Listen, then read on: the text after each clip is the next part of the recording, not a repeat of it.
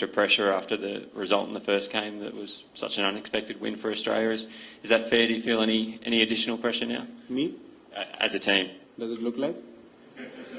I'm pretty relaxed. I'm happy. I'm smiling. It's fine. It's his views, whatever he wants to say.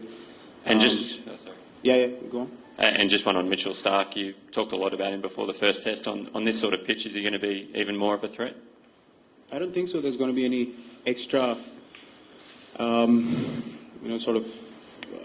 variations added to his bowling suddenly. I think he is the bowler he is. I mean, we got to accept that, and we got to face him the best way possible that we can as batsmen. And that's all we look at it. I mean, we're not looking too much into it. I think it's time we focus on our skills more than what Australia is saying or Australia is preparing like.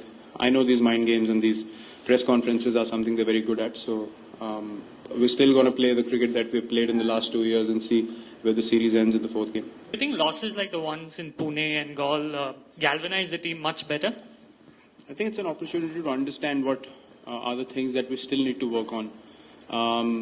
We're all professional cricketers, but sometimes when you're winning a lot of games, you don't tend to focus on the points that need to be improved as such, because someone or the other is stepping up. When the whole team does not execute the things that you want to, you understand a lot more things that you need to work on as a team, and that's always a good sign. We got to know a lot of things that we need to still keep working on to be, the top side in the world. And as I said last time, we cannot take anything for granted at any stage during a test match. And it's something that we look as an opportunity to learn rather than thinking of it as a setback. I think these things also are very important in your cricket journey.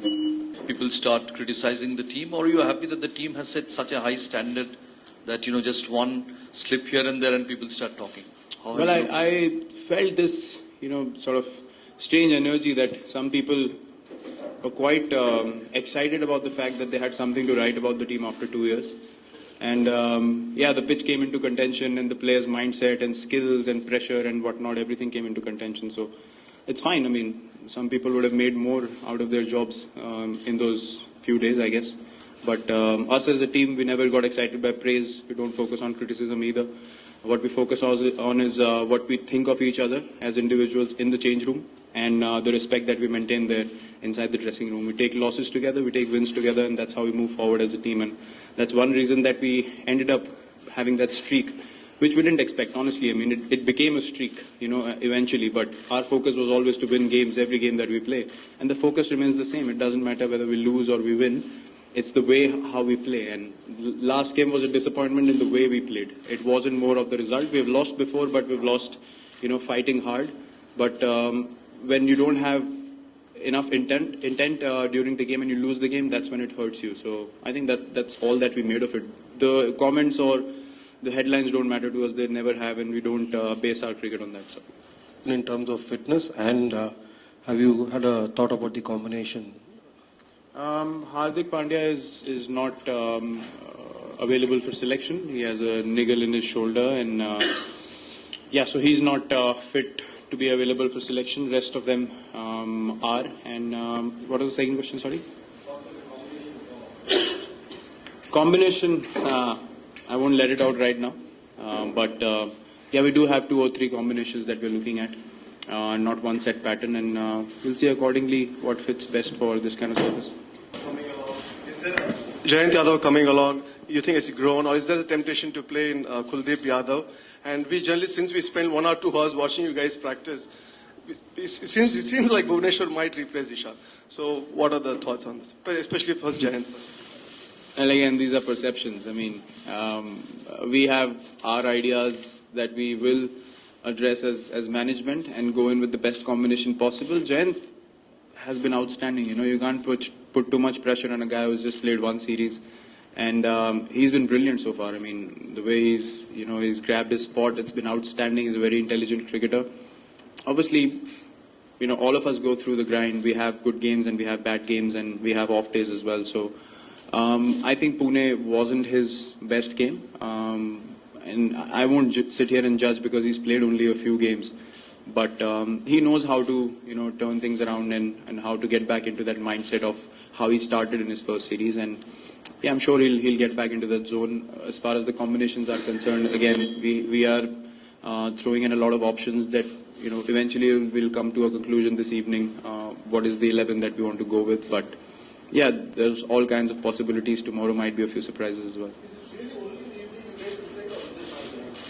See, we have a combination that we think of, and then we take a couple of days to convince ourselves that yes, finally, if everyone's on the same page, then you go ahead with the combination. More often than not, that ends up being the case. We all agree to the same 11, so we're almost there. We will be there in a couple of hours, I'm sure.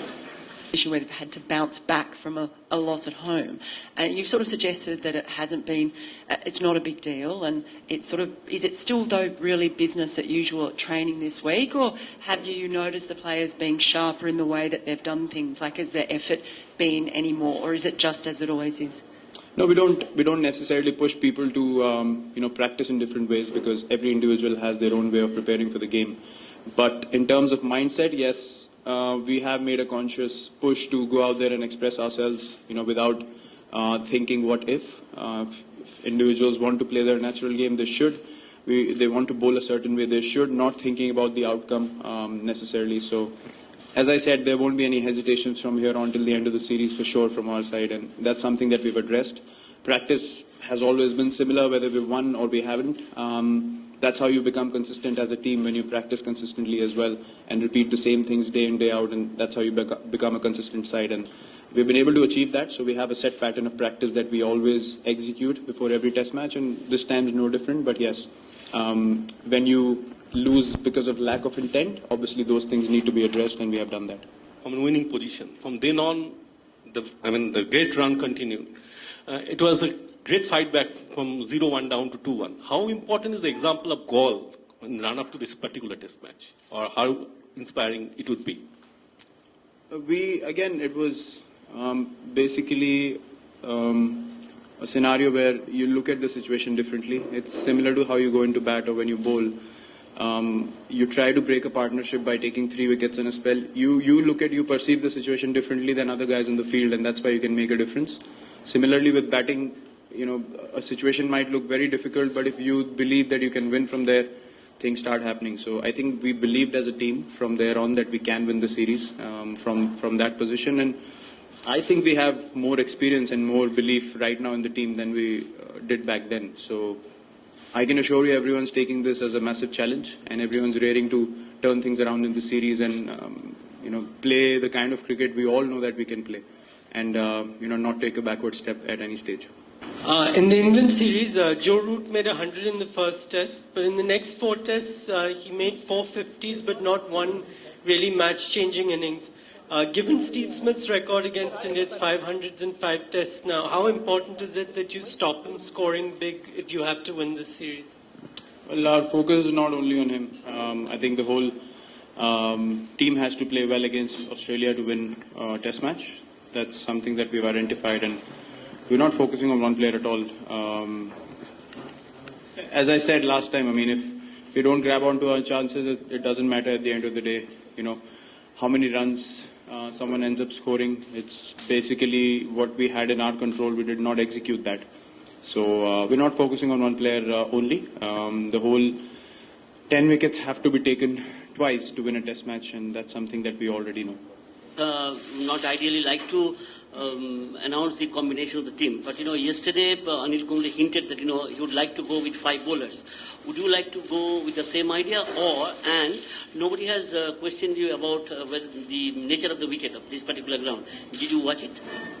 No, I played a lot of games here. I don't think the wicket has changed over the years at all, and it looks like a typical Bangalore wicket. There's no surprises about the wicket. Whenever we play test cricket here, we've done really well. So we take all those things into account, and we always play well at the stadium. And even the last time we played a test match, we won. So even against Australia, the last time we played here, we won the test match. So those things obviously are big positives for us. And we know exactly how the wicket plays, and we know exactly what to do with this sort of wicket. Combination, again, as I said, we're throwing in a lot of options. I can't say whether 5 bowlers will play or 4 will play or how many batsmen will play. I think that should be left up to the management to decide and then come out with it. I don't want to say something here and end up playing something else then you guys will rip me apart in the next press conference. So why give you the pleasure?